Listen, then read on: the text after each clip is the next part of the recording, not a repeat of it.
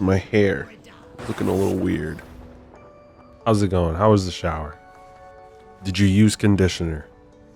Yeah, forget what the brand is, but my wife got me a conditioner that has transformed my life in how silky, smooth, touchable my hair feels when using it. In high school, I had a friend who I was very fortunate to have this friend because, let's see, like hanging out with guys, there's a lot of macho and bravado and all that stuff that you get in high school. You get programmed into you. Their dad's trying to, like, I don't want no gay son. So you get a lot of guys that are just meatheads. But a friend of mine, I'd say I can comfortably say he's probably like the hottest guy at school, right? And tall, handsome, ended up becoming a Marine. He's an all-American, like man's man, right?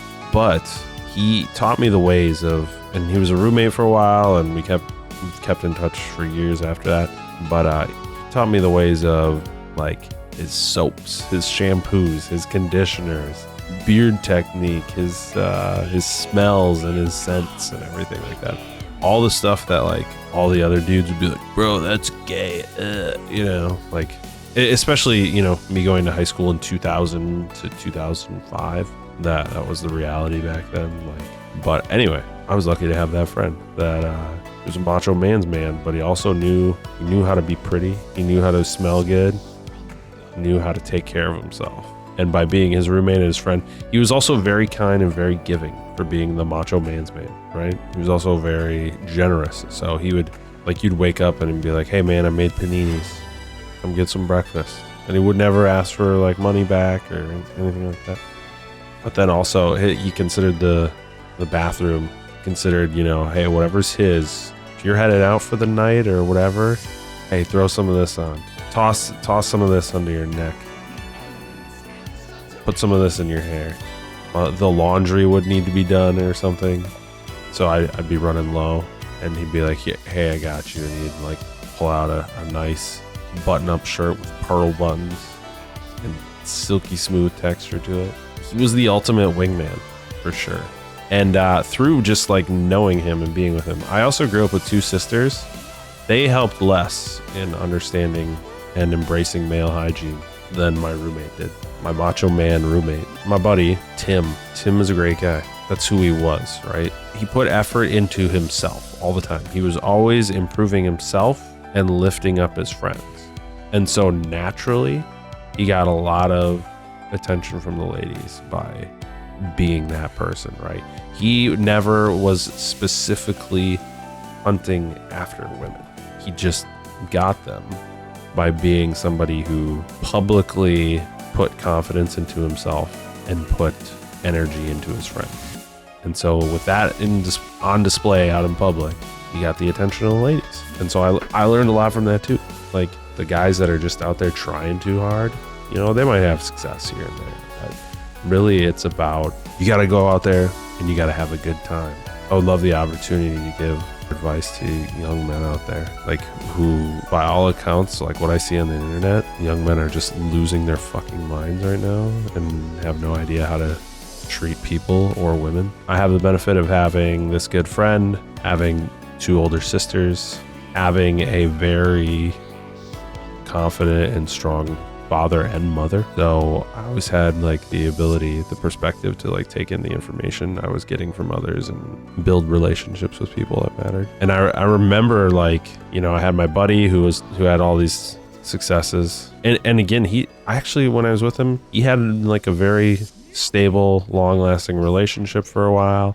And then just because of, like, college and moving, that ended, and he just kind of chilled. There wasn't a lot of ladies. There wasn't a lot of, like, girls coming and going. There were girls trying to come and go. My point about him is that, like, the first time it clicked for me was there was a girl I was very into. So there was a party and then a wedding and whatever. And there's a girl in our circles that I was into. I kind of put myself out there and didn't really get a response, and just kind of, like, got the hey buddy, whatever. Like, essentially, I don't really like or use the word a lot, but, like, got the friend zone, right? And I just, like, I thought, like, there's two ways to go about this, because I was in like a lot of college cliques that were like a lot of nerd boys like me and role players. And so there's a way that like that crew of friends would have handled that situation or the advice they'd given me. But then I thought like, oh, what would Tim do? How would Tim handle this? And so I thought about my buddy and how like he's the kindest man I know. What would he do in this situation of getting friend zoned by someone that you really, really like fancy? And I thought, you know what? Tim wouldn't even let it phase him. He would just be like, all right, it's the way it is. That's a whole ass human being right there, and they're free to do as they need to do. I put myself out there, I'm good, right? And so I thought to myself like, oh, what would Tim do? And I reacted that way. Like I just kind of like, okay, cool, no big deal, got rejected, whatever. And then few months or weeks went by, and there was like, saw her at a wedding, and then ended up like driving her home that night.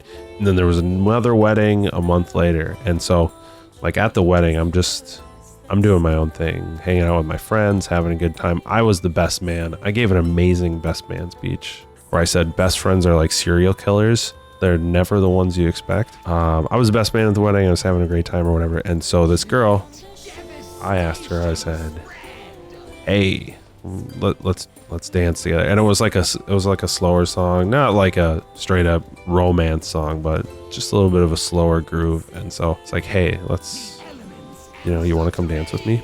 She, again, no, not really like a rejection, but just like, no, I'm good. I'm not really feeling it right now. I'm kind of I'm winding down. She gave me like the run-on sentence, 3 excuses. And my response was like, all right, see you later.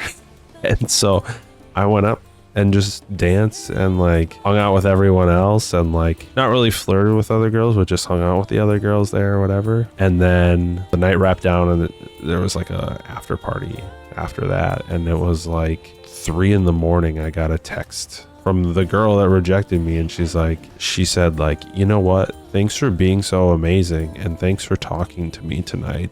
No one was talking with me. And that's why I didn't feel like dancing. And it's like, well, I talked to you. And apparently I was one of the few people that did. Even though I thought I was getting rejected, it's like that little gesture of mine and having that confidence and not like me also getting down about it showed her that it's like, okay, if you need someone as a pick me up, I'll be that person, right? That woman is not my current wife, partner, but that it was somebody who I ended up having a long relationship with for a while. There was something that came out of that. The long story short on this whole rabbit trail I've gone to, that would have never happened if I hadn't just thought to myself, what would Tim do? What would the macho man, like ladies man, Marine, man of the world, Don Juan. I kind of like, we jokingly back in the day, what's the most interesting man in the world? The Dos Equis guy. We joked that he was like the equivalent of that person in our friends group. It's just like he always had a story and an experience and a journey he was on. So anyway, by doing what he did, that transformed my life and the situations I was in. Anyway, long story, but fun story. I enjoyed telling it. All while doing this freaking fight. And hey, I was wrong. We might kill this. The first attempt was so bad that I thought there's no way these guys are going to kill this thing, but we'll see. We still got a little bit left, but we're doing all right. Oh, get out of the beam. Here we go. Getting close.